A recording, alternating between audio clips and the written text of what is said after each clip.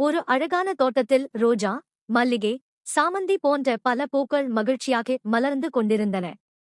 அப்போது சன்ஃப்ளவர் அனைவரையும் பார்த்து, நண்பர்களே, நான் முதலில் ஒரு சிறிய விதையாக மண்ணுக்குள் இருந்தேன். நல்ல மண், சூரிய ஒளி மற்றும் தண்ணீர் கிடைத்ததால் மெதுவாக முளைத்து வளர ஆரம்பித்தேன் என்று கூறியது. தினமும் சூரியனின் வெப்பமும் மழைத்துளிகளின் உதவியும் கிடைத்ததால் அது சிறிய செடியாக இருந்து உயரமாகவும் வலிமையாகவும் வளர்ந்தது. பின்னர் சன்ஃப்ளவர், எனக்கு ஒரு சிறப்பான பழக்கம் உள்ளது. சூரியன் எந்த திசையில் நகர்ந்தாலும் நான் எப்போதும் சூரியனை நோக்கி திரும்புவேன்.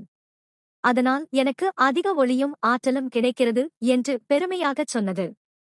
மேலும், நான் தோட்டத்திற்கு அழகை மட்டும் தருவதில்லை, தேனீக்களுக்கு தேனையும் வழங்குகிறேன். என்னை பார்க்கும் குழந்தைகளுக்கும் மகிழ்ச்சியை தருகிறேன். இயற்கை நம்மை வளர்க்கிறது, அதனால் நாமும் மற்றவர்களுக்கு பயனுள்ளவர்களாக இருக்க வேண்டும் என்று கூறியது.